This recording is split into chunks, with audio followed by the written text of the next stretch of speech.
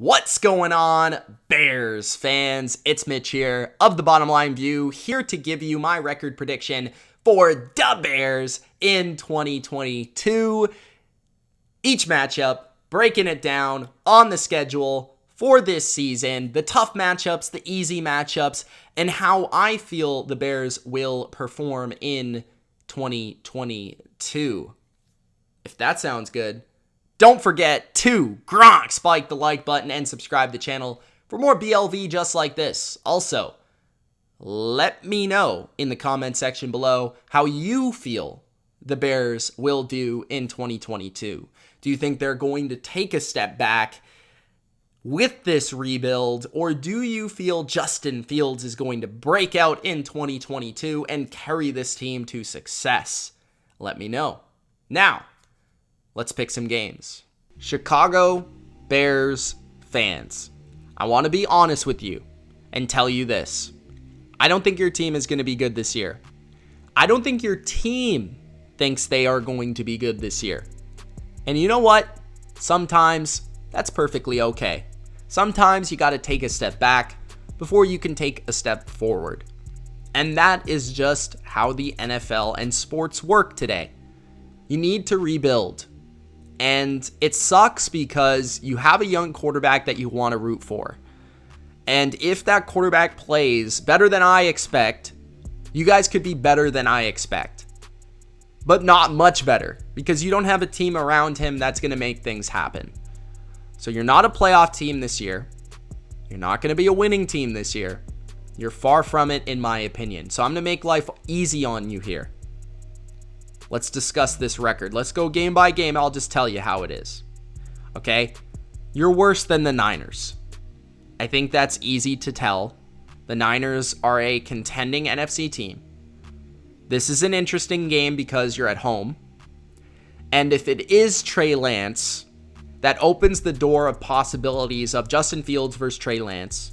Justin Fields' revenge against the Niners, where they took Fields.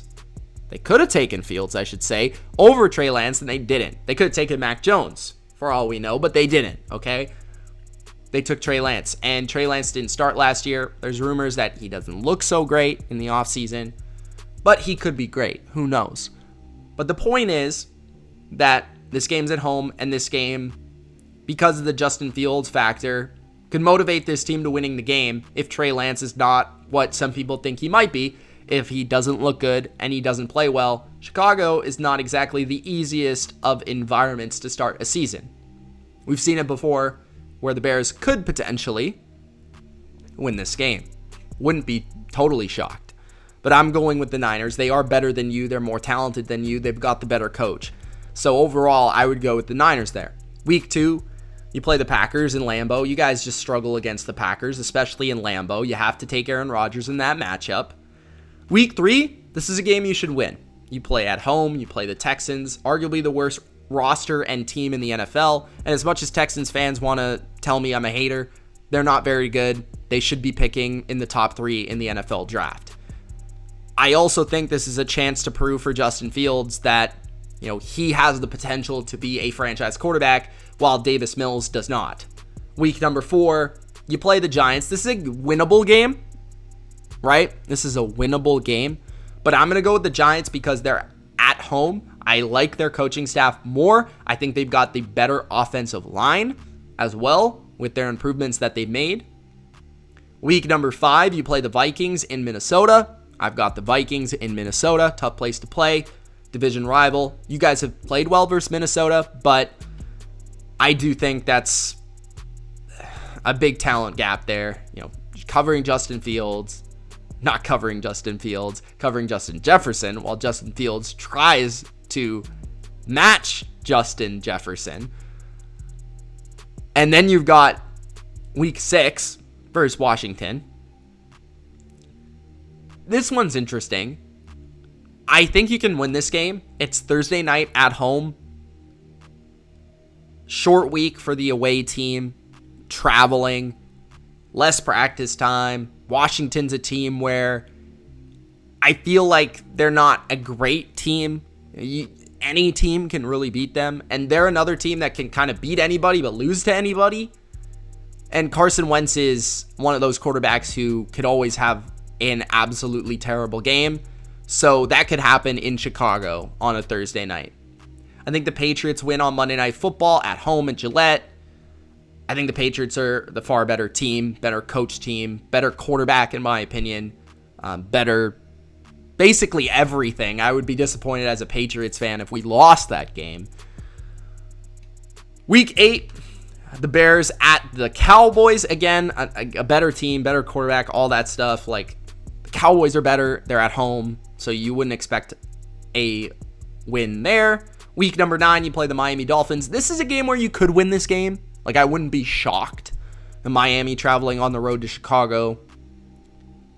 That could be one where you never know. Windy city. If it is windy at that time, Tua doesn't have the strongest arm in the world. That could be one where Tua has a bad game and you could pull that off. Like, I wouldn't be shocked if you won this game. But I'm going to take Miami just because they're the more talented overall team. Tyreek Hill, Jalen Waddle, they've got a lot to deal with on the offensive side of the football. Week 10, I think you beat the Lions at least once this year. I'm going to say you lose to the Lions once, but you beat them. I think you guys are fairly even. I do think the Lions have the better roster, but I think you've got the more dynamic quarterback. Week 11, you play Atlanta, and then week 12, you play the Jets. Both games that are possible to win, but they're both on the road. So, like, I could see you beating Atlanta here. I could see you beating the Jets here, and you probably will win one of these games, if I'm being honest with you. But I have them both marked down as losses. I think the Jets are going to be getting better at the end of the season. I think the Jets are a tough game for you because of how good their defensive line is and how bad your offensive line is. I think you lose to the Packers again. Then you've got the bye week. I think you lose to the Eagles and the Bills, who are both playoff teams. And then you lose to the Vikings. If the Vikings, which is unlikely, if they're somehow already locked into the playoffs, which I think is possible, then I think you could win that game. But I mean, you could also play spoiler here. We've seen it before with the Bears. They have something, but that was the pass regime, right? And that was the pass defense of having Akeem Hicks and Khalil Mack. You don't have those pieces anymore where you can just dominate the line of scrimmage versus Minnesota. So I don't think that's really going to happen.